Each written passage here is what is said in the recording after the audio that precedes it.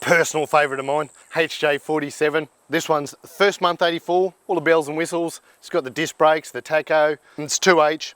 But since Max has owned it, he's put on a few little extras. I'm a big fan of the visor. He's got the Light Force driving lights, the XTM light bar, so no longer is he afraid of the dark.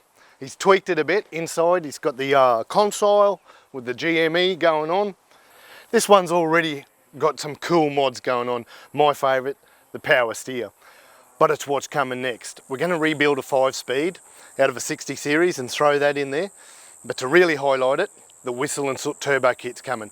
That's not just the turbo, it's all stainless steel airbox, crossover pipe, the dump pipe at the back of the cab.